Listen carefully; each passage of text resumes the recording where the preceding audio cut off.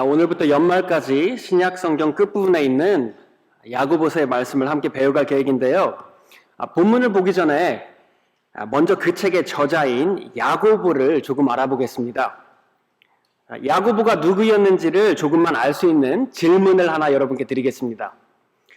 혹시 예수님이 어렸을 때 자라온 가정에서 몇 명이 함께 생활했는지를 아시는 분 계십니까? 예수님은 과연 어렸을 때 몇 명과 같이 살았을까요? 정답은 최소 9명입니다.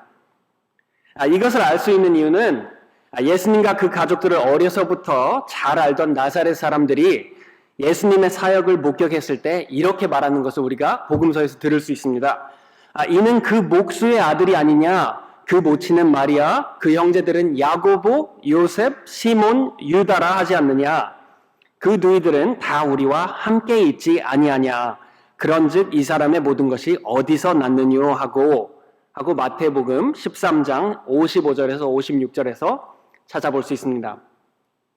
그러므로 예수님께서는 4명의 배다른 형제와 적어도 2명의 배다른 누이, 그리고 요셉, 마리아, 예수님 자신을 포함해서 9명의 가족과 함께 자랐다는 것을 볼 수 있습니다. 그리고 여기서 언급되는 예수님의 형제 중 하나인 야고보가 바로 신약 성경 야고보서의 저자 야고보입니다. 성경 저자들이 이렇게 생각하는 이유는 신약 성경에서 만나는 다른 야고보들은 소개될 때 세베대의 아들 야고보 또는 알페오의 아들 야고보 이렇게 소개됩니다. 그리고 그중 가장 많이 언급되는 12사도 중 한 명인 세베대의 아들 요한의 형제 야고보는 꽤 이른 시각에 순교하는 것을 우리가 사도행전 12장에서 볼 수 있죠. 그래서 아무런 타이틀 없이 그저 야고보라고 자신을 소개하는 이 야고보서의 저자는 아마도 사도행전 15장에서 예루살렘 교회의 리더로 사역한 예수님의 형제 야고보인 것입니다. 그렇다면 야고보는 예수님을 정말 친밀하게 잘 알던 사람이었습니다. 여기 계신 분들 중에는 어렸을 때 9명, 10명 이렇게 대가족이 같이 살아오신 분들도 많이 계시지 않습니까? 그 당시 예수님이 자라온 집은 이렇게 막 9 bedroom이 있어서 각자 방을 쓰는 이런 모던 스타일의 큰 집은 아니었을 것입니다. 아마도 거실에서 함께 자고 모든 것을 공유하는 그런 삶을 살았을 것입니다. 그렇기 때문에 야고보는 예수님을 누구보다도 더욱 가까이서 알아온 사람입니다. 하지만 그렇다고 해서 야고보가 처음부터 예수를 그리스도라고 믿진 않았습니다. 신약 성경 복음서에서 만나는 야고보의 첫 모습은 예수님을 의심하는, 더 나아가서 예수님의 사역에 반대하는 자였습니다. 복음서를 보면 예수님께서 처음 사역을 시작했을 때 야고보가 다른 가족들과 함께 예수님을 말리려 했다는 것입니다. 예수님이 젊은 혈기에 빠져 너무 종교의식에 빠져서 위험한 길로 가고 있구나 생각하고 그를 반대했습니다. 그렇지만 차츰 야고보는 그 시각과 생각의 변화를 경험한 것입니다. 아쉽게도 우리 입장에서 볼 때 어떻게 야고보가 마음의 변화를 가지고 자기 형제였던 예수를 주이자 그리스도라고 영접했는지는 우리가 알 수 없습니다. 저는 다른 사람들의 간증을 듣는 것을 좋아하는데요. 간증을 통해서 그 사람의 삶의 스토리를 듣고 그 안에서 어떻게 하나님께서 은혜를 베풀어 주셨는지 듣는 것이 정말 용기가 되고 은혜가 되지 않습니까? 야고보의 간증은 정말 우리가 들을 수 있었다면 흥미로울 것 같습니다. 예수님과 자라오면서 어떤 일들이 있었는지, 또 언제, 어떻게, 어디서부터 자기의 형제 예수는 좀 특별하다는 것을 느꼈는지, 아니면 어머니 마리아가 예수님의 탄생에 대한 이야기를 언제 해주었는지 등등. 야고보의 간증을 디테일하게 들을 수는 없지만 그래도 성경 말씀은 야고보의 변화에 가장 중요했던 것들을 우리에게 보여줍니다. 첫 번째로 야고보서 1장 18절을 보시면 야고보가 하나님의 구원에 대해 이야기할 때 자신을 포함해서 말하는 것을 들을 수 있습니다. 18절 보십시오. 진리의 말씀으로 우리를 낳으셨느니라 라고 이야기합니다. 다시 말하면 야고보 자신도 결국 크리스천이 된 이유는 하나님의 말씀을 통해 성경 말씀을 듣고 성령의 역사하심을 통해 예수를 구주로 영접했다는 것입니다. 또 하나의 변화의 기점은 고린도전서 15장 7절에서 볼 수 있습니다. 사도 바울은 예수님께서 장사한 지 사흘 만에 부활하셔서 게바와 12제자에게 그를 보이시고 그 후 야고보에게 자신을 보이셨다고 고린도전서에서 말씀하십니다. 종합해 보면 야고보는 구약 성경의 모든 말씀이 모세의 율법과 선지자의 글과 시편의 말씀이 부활하신 예수님을 통해 이루어진 것을 깨닫고 예수를 그리스도로 영접한 것입니다. 예수님을 그리스도로 올바르게 알게 된 야고보는 그것을 통해 이제 자신도 올바로 보게 됩니다. 그래서 오늘 야고보서 1장 1절에 자신을 어떻게 소개합니까? 하나님과 주 예수 그리스도의 종 야고보는 더 이상 예수님을 자신의 형이라고 하지 않고 예수님은 자신의 주이자 그리스도라고 고백하고 있습니다. 야고보의 삶의 변화는 하나님의 놀라운 은혜와 선하심을 나타냅니다. 예수님을 한때 의심하고 그 사역을 가로막으려 했던 사람에게도 삶의 변화, 믿음이 가능하다는 것입니다. 혹시 여기 모이신 여러분들 가운데도 야고보 같은 변화가 필요하신 분이 계신 줄 모르겠습니다. 그리고 삶의 변화가 바로 야고보서의 가장 중점적인 주제입니다. 야고보서는 신약 성경의 그 어떤 책보다도 삶의 변화, 올바른 행함을 강조합니다. 진정한 믿음은 올바른 행함이라는 것, believing means behaving 이라고 강조합니다. 그렇기 때문에 여러분 야고보서 하면 가장 먼저 생각나는 구절이 무엇입니까? 야고보서 2장을 많이 기억하시지 않습니까? 행함이 없는 믿음은 그 자체가 죽은 것이라.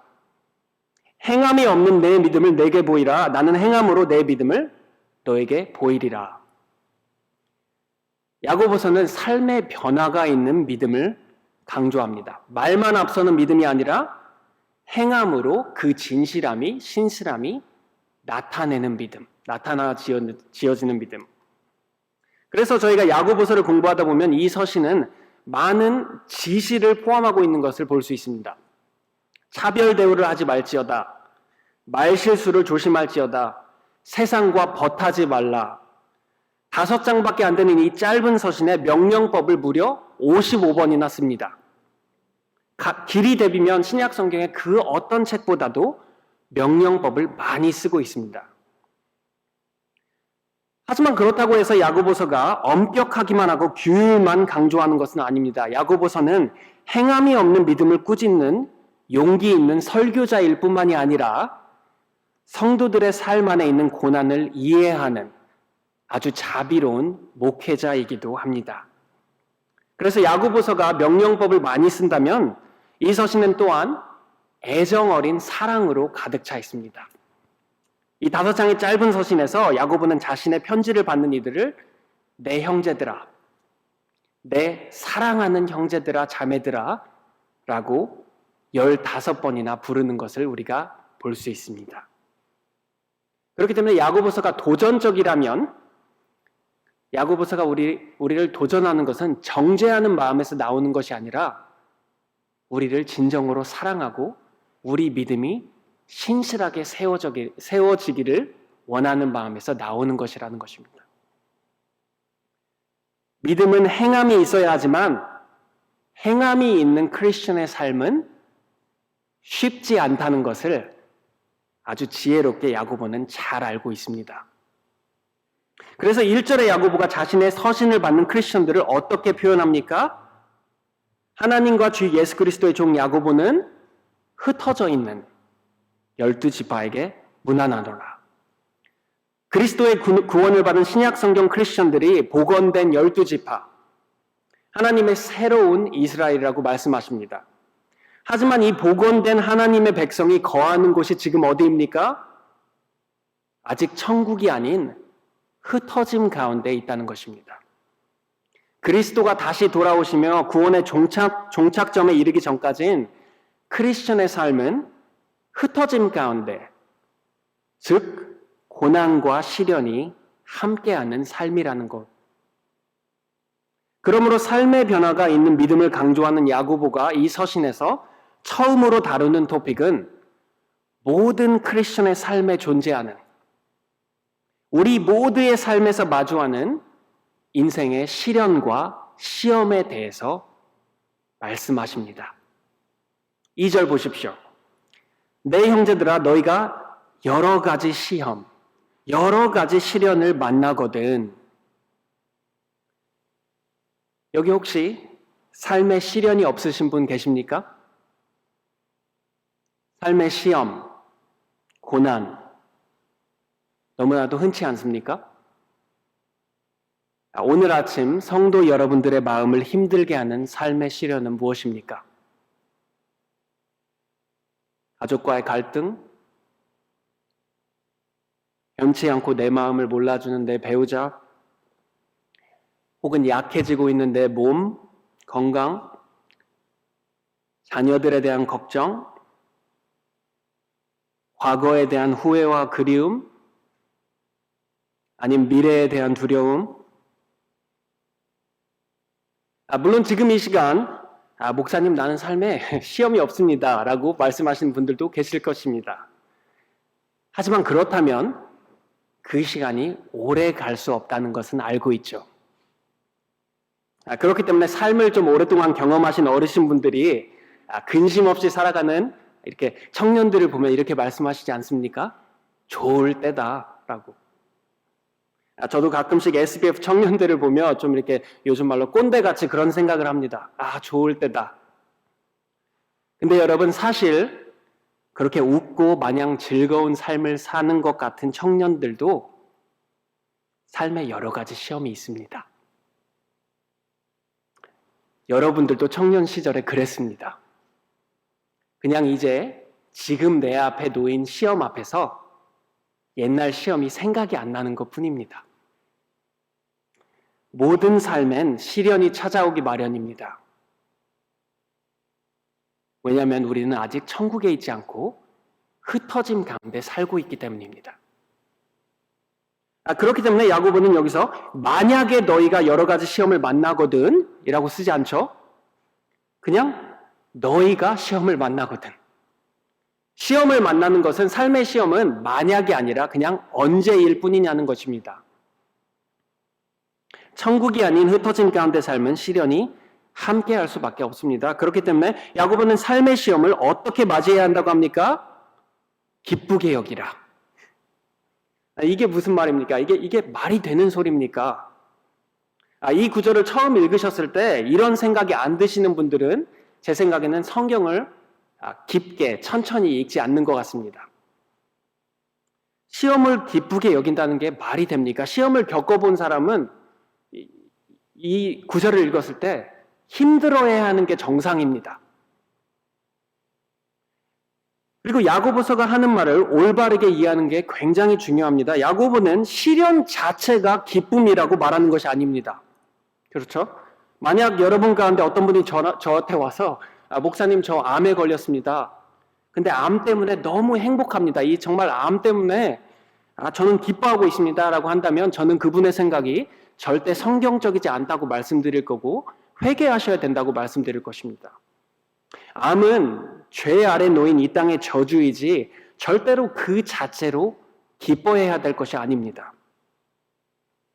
야고보는 시련 자체가 기쁨이라고 하는 것이 아니라 시련마저도 기쁨으로 여길 수 있다고 하는 것입니다. 여기서 여김이라는 마지막 단어가 이 구절을 이해하는데 굉장히 중요합니다.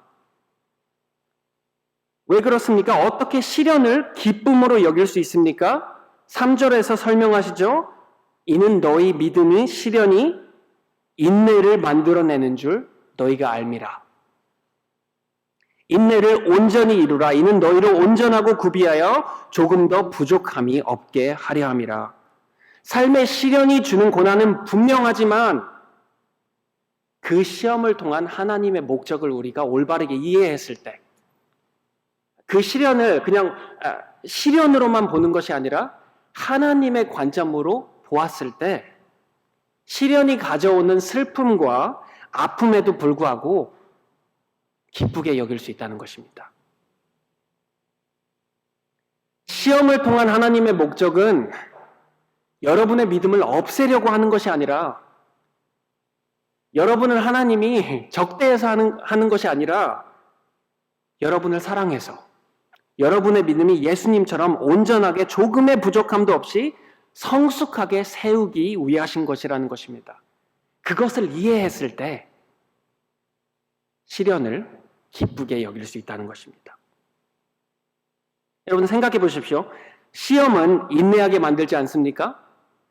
삶의 시련을 맞이했을 때야말로 우리가 더 이상 보는 것으로 걷지 않고 하나님의 약속에 대한 믿음을 가지고 살아가지 않습니까? 시험을 통해서만이 비로소 내 자신이 얼마나 약하고 내 힘이 부족한 것을 알게 되고 하나님께 더욱더 깊게 기대고 그 말씀의 약속에 모든 걸 의지하며 살아갈 수 있지 않습니까? 여기 계신 많은 여러분들이 저보다 훨씬 신앙의 선배이시고 오랫동안 신앙의 삶을 살아오셨기 때문에 저는 여러분들이 삶 안에서 야고보서 1장 3절과 4절의 진실됨을 경험하셨을 거라고 생각됩니다. 아마 그것을 경험했기 때문에 여러분이 아직도 크리스천인 것입니다. 잠깐 동안 여러분 삶 속에서 신앙이 정말 성숙해지고 믿음이 굳건해진 때를 생각해 보십시오. 잠깐 삶을 돌아보고 내 신앙이 언제 굳건해졌는지 생각해 보십시오. 아마도 그 굳건해짐은 시련을 인내하는 가운데서 만들어졌을 것입니다. 아니면 여러분 삶에서 믿음에 정말 용기가 되고 도전이 되는 사람들을 떠올려 보십시오. 아마도 그 사람들의 삶의 공통된 점 중에 하나는 시험 안에서도 굳건히 인내하는 믿음일 것입니다. 그러므로 시험을 하나님의 시각으로 올바르게 이해했을 때 그 시련이 마냥 즐겁지는 아니할지라도 야고보는 이렇게 말합니다. 기쁘게 여겨라. 그렇지만 시험 가운데 그 시험을 하나님의 시각으로 올바르게 바라보기가 여러분 쉽지 않죠. 그렇지 않습니까? 여러분들은 어떠한지 모르시는데 저는 시험을 맞이하면 올바르게 생각하고 인내하기가 굉장히 힘듭니다. 너무 약해서 그런 것 같습니다. 힘든 일이 있으면 자꾸 생각나고 저녁에 잠도 잘 못 자는 것 같고 그 시련을 통한 하나님의 선하신 목적을 까먹기가 일쑤입니다. 저만 그런 것 같다는 표정으로 이렇게 쳐다보시는데 저만 그런 것 같습니다. 근데 혹시 만약에 공감하시는 분들이 계시다면 그런 우리의 약함을 알고 야고보는 4절에서 멈추지 않고 나아가 5절에서 두 번째 가르침을 주십니다. 5절 보십시오. 너희 중에 누구든지 지혜가 부족하거든 모든 사람에게 후히 주시고 꾸짖지 아니하시는 하나님께 구하라. 시련 가운데 고개를 들고 하나님을 바라보고 아뢰라. 그리하면 주시리라. 하나님께서는 여러분이 고난을 여러분 자신의 힘으로 인내하기를 기대하시지도 않고 바라시지도 않습니다. 하나님께서 여러분을 그리스도의 형상으로 온전히 만드시는 방법은 시련을 통해 여러분이 더 이상 삶의 해결책을 내 안에서 찾으려고 하지 않고 내 밖에서 고개를 들고 하나님을 바라본 데서 찾는 것입니다. 시련 가운데서 고개를 들고 주님, 저는 제 스스로 이 삶의 여러 가지 시험을 인내할 수 없습니다. 저는 약하고 무지하며 제 마음은 갈대처럼 방황하기 마련입니다. 제 믿음을 굳건히 세워주십시오. 믿음의 눈으로 삶을 볼 수 있게 도와주십시오. 시련 가운데 그렇게 기도하면 하나님께서 어떻게 하신다고 약속하십니까? 지혜를 주시리라. 제가 볼 때 야고보서 1장 5절 말씀은 성경 말씀 중에 가장 격려가 되는 말씀 중 하나인 것 같습니다. 암송하시고 되뇌이십시오. 너희 중에 누구든지 지혜가 부족하거든 모든 사람에게 후히 주시고 꾸짖지 아니하시는 하나님께 구하라. 그가 주시리라. 놀라운 말씀 아닙니까? 정말 엄청난 약속 아닙니까? 지혜가 부족한 사람으로서 저는 이 말씀이 얼마나 의지가 되고 용기가 되고 은혜가 되는지 모르겠습니다. 번영신학을 가르치는 자들과 달리 하나님께서는 이 세상에서 저희에게 온전한 부나 행복을 약속하시지 않습니다. 크리스천이라고 하나님께서는 행복한 삶을 저희에게 약속하시진 않습니다. 물론 그 선하심 가운데서 저희들에게 넘치는 건강과 부와 행복을 우리 대부분의 삶에 주시지만 영원히 시들지 않는 부와 건강과 행복은 흩어짐 가운데 있는 때가 아니라 그리스도가 다시 오실 천국의 날에 주시는 것입니다. 그렇지만 하나님께서 지금 우리 삶에 예외 없이 우리가 아랠 때마다 여지없이 주시겠다고 약속하시는 것이 하나 있습니다. 그것이 무엇입니까? 바로 어떤 상황에 처해졌든 삶을 하나님의 시각으로 바라볼 수 있는 지혜입니다. 여러분이 지혜를 달라고 아뢰면 하나님께서는 결코 여러분의 아뢰을 모른 척하거나 꾸짖지 아니하십니다. 우리가 가끔씩 아뢰을 주저하는 이유가 무엇입니까? 가끔씩 이런 생각하지 않습니까? 내가 신앙생활을 한 지가 몇 년인데 이런 시험도 혼자 못 견디고 힘들어하고 하나님께 좀 창피해서 말하기도 부끄럽다. 또 똑같은 시련인 것 같은데 나만 그런 것 같고 어디 가서 이런 건 진짜 말도 못 건네겠다. 그렇지만 여러분 하나님께 아뢰일 땐 그런 걱정 안 하셔도 됩니다.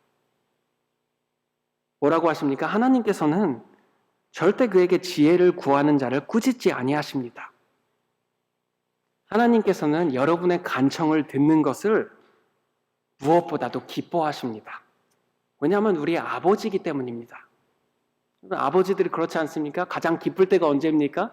자식들이 구할 때 아닙니까? 하나님께서는 더더욱 그러시다는 것입니다. 하나님께서는 당신의 간청을 들으시는 것을 기뻐하고 그리고 후히 주길 원하십니다. 정말 놀라운 약속 아닙니까? 이 때문에 우리는 시험을 맞이했음에도 불구하고 기뻐 여길 수 있다는 것입니다. 왜냐하면 여러분 삶에 저는 어떤 시험이 있는지 모르겠지만 그 어떤 시험에 여러분이 처해 있어도 여러분은 혼자가 아니기 때문입니다.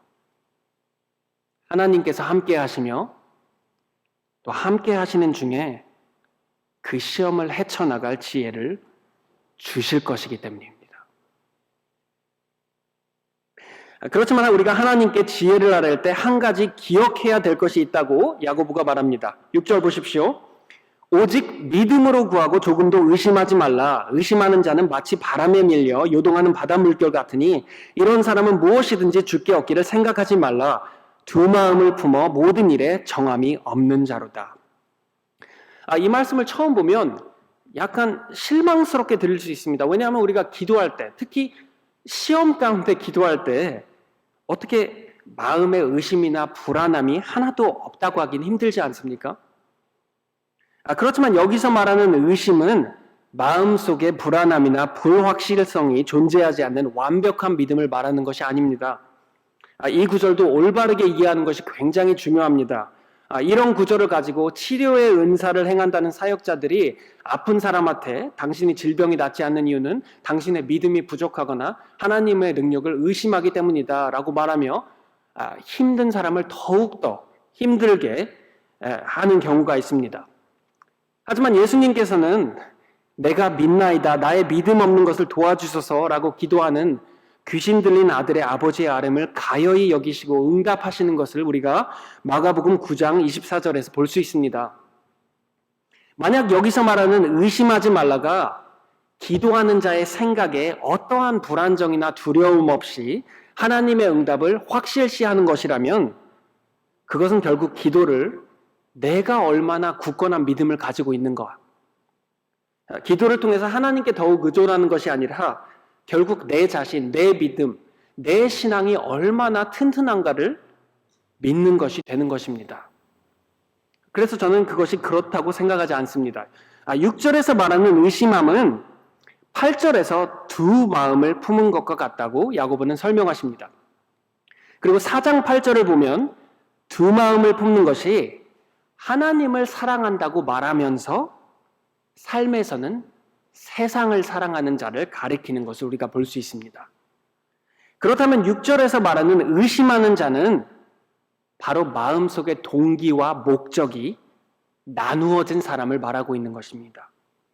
다시 말하면 하나님의 지혜를 구하긴 하되 그 지혜를 순종할 마음을 가지지 아니한 자, 또는 하나님의 뜻을 구하되 정녕 하나님께서 그 뜻을 아리키시면 내가 볼 땐 아닌 것 같습니다. 그건 좀 너무 힘듭니다. 라고 하나님의 방법을 따르지 않고 결국 자신의 뜻을 쫓는 그런 자를 말하는 것입니다. 그렇게 놓고 봤을 때 이 두 마음을 가진 자는 야고보의 전체적인 가르침과 동일하다는 것을 우리가 알 수 있습니다. 의심하는 자는 바로 말로만 믿음이 있다고 하고 삶에는 행함이 없는 자입니다. 고난 속에서 하나님의 지혜를 구한다고는 하지만 그 지혜를 삶에선 따르지 아니하는 자입니다. 그래서 야고보가 그런 식으로 두 마음을 가지고 하나님께 아뢰면 그러한 사람은 절대 주께서 지혜를 주시지 아니한다고 말하는 것입니다. 그렇기 때문에 두 마음을 가지지 않고 하나님께 신실한 마음으로 기도하는 것이 정말 중요합니다. 왜냐하면 하나님의 지혜가 없이는 여러분은 삶의 시련을 올바르게 이해할 수 없습니다. 그리고 여러분의 삶의 시련을 올바르게 이해하지 않으면 여러분은 절대 삶의 시험을 기뻐 여길 수 없습니다. 그리고 기뻐 여김 없이는 여러분의 믿음은 절대 인내할 수 없습니다. 그러므로 여러분, 하나님의 지혜를 구할 땐 주께서 주시는 그 은혜를 온전히 순종할 마음과 태도를 가지고 아뢰십시오.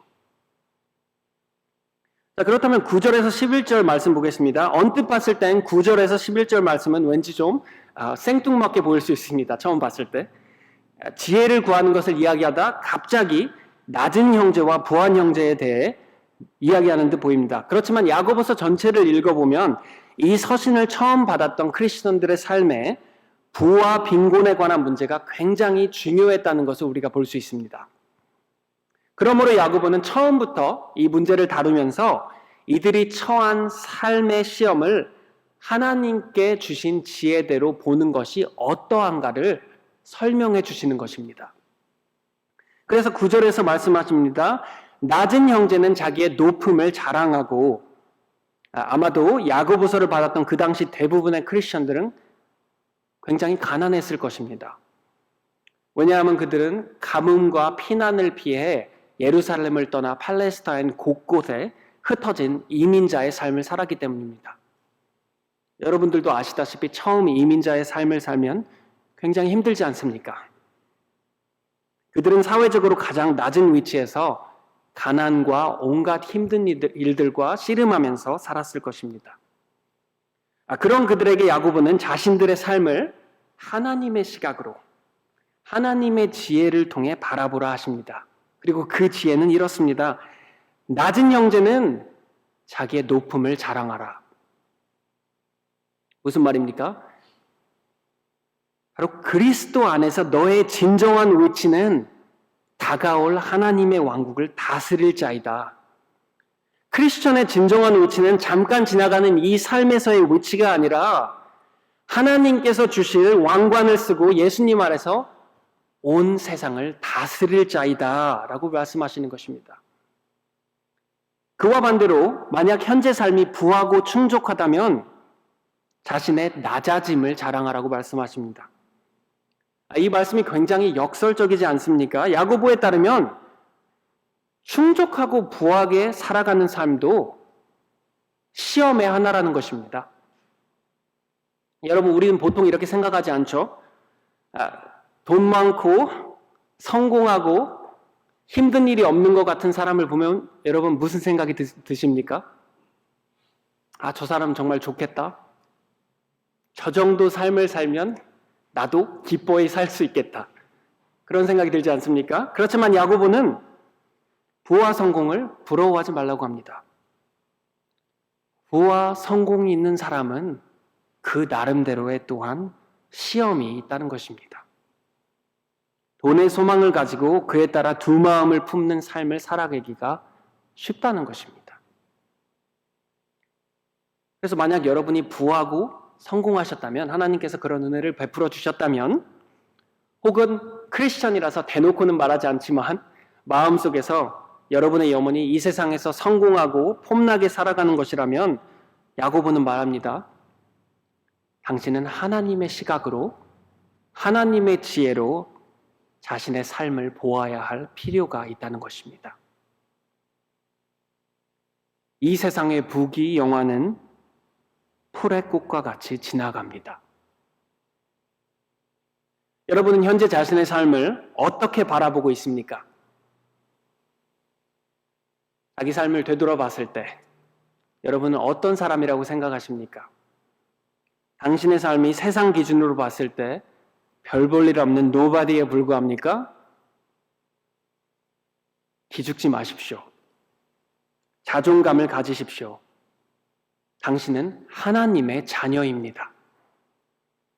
여러분의 아버지가 온 세상을 창조하신 하나님입니다. 물론 자존감을 갖는다는 것이 여러분 스스로가 잘났기 때문이 아닙니다. 오직 하나님께서 그리스도를 통해 여러분을 높이 세우셨기 때문입니다. 그래서 그런 컴플렉스가 있으신 분들은 지금 자신의 삶과 처한 상황만 쳐다보지 말고 하나님의 시각으로 내 자신이 누군가를 보라는 것입니다. 이해하라는 것입니다. 기뻐히 여길 수 있을 때까지 지혜를 아뢰고 이해하시라는 것입니다. 아니면 당신은 사회적으로 성공하고 남들이 우러러보는 삶을 살고 있습니까? 그렇다면 야고보가 하시는 말씀은 더더욱 여러분은 지금 삶에 가진 것들을 느슨하게 잡을 필요가 있다는 것입니다. 세상과 벗이 되고자 하면 여러분의 믿음은 온전히 인내하지 못할 것이라는 것입니다. 자, 그러면 오늘 말씀 다시 한번 요약해 보겠습니다. 흩어짐 가운데 삶은 여러 가지 시험을 맞이합니다. 시험을 맞이할 때 야고보는 이렇게 응답하라고 합니다. 첫 번째, 시험을 올바르게 이해하고 기쁘게 여기라. 두 번째, 시험 가운데서 고개를 들고 하나님께 아뢰라. 그리고 마지막으로 시험을 인내하면 여러분은 절대 실망하지 아니할 것이라. 12절 말씀 보십시오. 시험을 참은 자는 복이 있도다. 이것에 옳다 인정하심을 받은 후에 주께서 자기를 사랑하는 자들에게 약속하신 생명의 면류관을 얻을 것임이니라.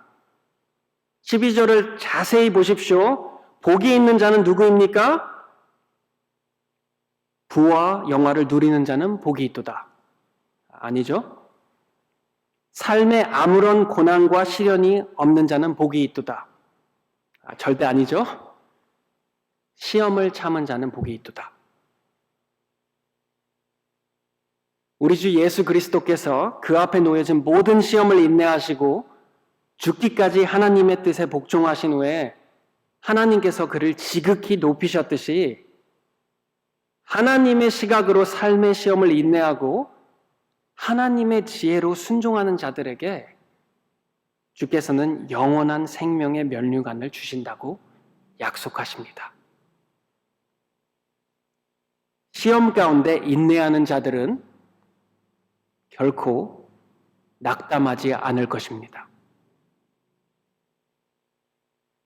시험 가운데 하나님을 사랑하는 자들은 결코 실망하지 아니할 것입니다.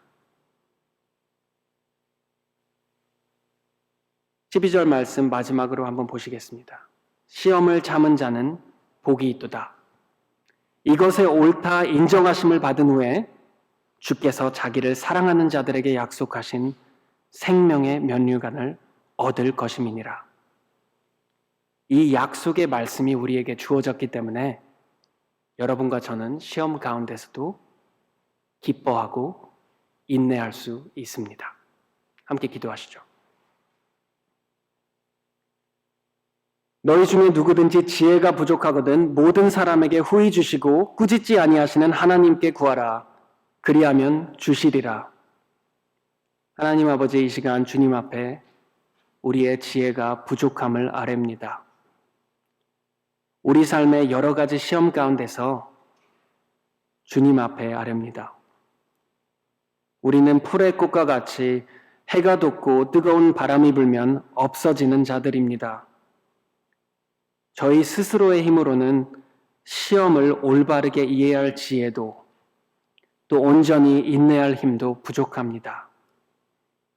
그러므로 아버지, 그 선하심 가운데서 저희에게 자비를 베풀어 주시옵소서. 저희들의 마음의 눈을 밝히사 저희 삶에 놓여진 모든 상황들을 주님의 시각으로 올바르게 이해하게 하시고 우리의 연약한 몸을 격려하시사 인내로 그리스도를 온전히 섬기게 하시며 그리스도로 말미암아 모든 기쁨과 평강이 우리 마음속 깊이 스며들게 성령의 은혜를 베풀어 주십시오. 우리의 아뢰에 항상 후히 주시는 아버지의 선하심을 신뢰하며 그리스도의 이름으로 기도드립니다. 아멘.